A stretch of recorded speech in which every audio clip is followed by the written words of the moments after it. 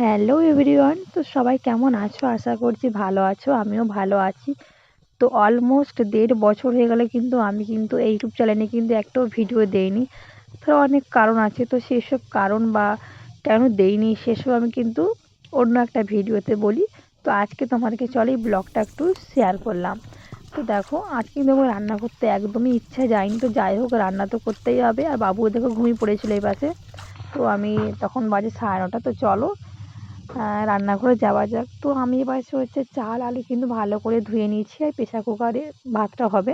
তো আমার এই সন্ধ্যাবেলায় আমি রাত্রেবেলায় যে ভাতটা বানাই, তো সেটা আমি প্রেশার কুকারেই বানাই, কারণ আমার প্রেশার কুকারে ভাত খেতে খুবই ভালো লাগে। হাঁড়িতে যে রান্নাটা হয়, মানে হাঁড়িতে যে ভাত হয়, আমার অতটাও ভাত ভালো লাগে না, কিন্তু প্রেশার কুকারে ভাত খেতে আমার খুবই ভালো লাগে।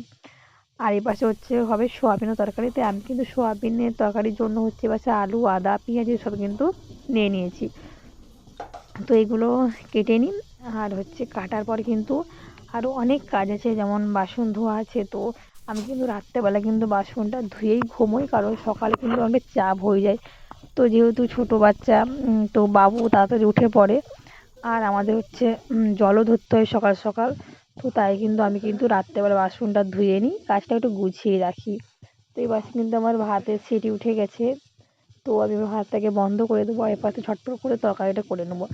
আমার প্রচণ্ড ঘুম পাচ্ছিল, এমন এত ঘুম পাচ্ছিল যে বিরক্ত লাগছিল, মানে কখন রান্নাটা হয় কখন আমি শুই। তো যাই হোক, ভাতটা তো হয়ে গেছে। এবার আমি যে সোয়াবিন আলুটাও তরকারিটা আমার প্রায় হয়েই এসছে। তো তাড়াতাড়ি ঝটপট করে যত তাড়াতাড়ি খেয়ে দিয়ে শুতে পারি, তো তত তাড়াতাড়ি আমি বাঁচি। তো সোয়াবিনটা একটু ঝোলঝোলই করবো, কারণ যেহেতু একটা তরকারি ভাত হচ্ছে। তো ভাবলাম যে মাখা মাখা করে লাভ নেই, একটু ঝোলই করে দিই। আর এর পাশে দেখো আমি প্রেসার কুকারের ভাপটা বের করে নিচ্ছি, কারণ ওতে ভাতগুলো ঘাঁটা হয়ে যাবে। তো আমি এবারে প্রেসার কুকারের ভাপটা তুলে নিয়েছি। এবার আমি সিঁড়িটা গার্ডারটা খুলে ফ্যানটা বের হতে দিয়ে দেবো, তাহলে ভাতটা পুরো ঝরঝরা হয়ে যাবে। তো দেখো আমি দেখছি যে ভাতটা ঠিকঠাক আছে নাকি, কিন্তু না, ভাতটা ঠিকঠাক নেই, মানে ফ্যানটা ঝরাতে হবে, ফ্যান আছে প্রচুর। ফ্যানটা ঝরালে ভাতটা পুরো ঝরঝরা হয়ে যাবে।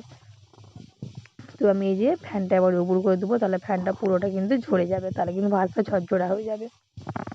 তো এই যে আমার ফ্যানটা এবার আপসে আপসে পড়ে যাবে।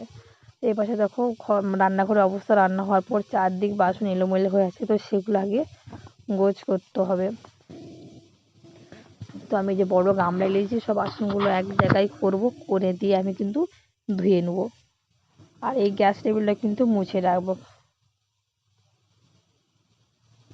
তারপরে বাবা মা সবাই চলে এসেছিলো।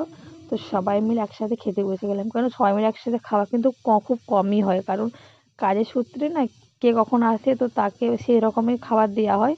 আর এই রাত্রেবেলা যেহেতু সবাই মিলে একসাথে খেলাম, আর শীতের রাত, বেশ দারুণ মজা হলো। ঝাল ঝাল সোয়াবিনের তরকারি আর গরম গরম প্রেসার কুকারে ভাত। তো আমার ব্লগটা কেমন লাগলো, সবাই ভালো থেকো এবং সুস্থ থেকো, বাই বাই।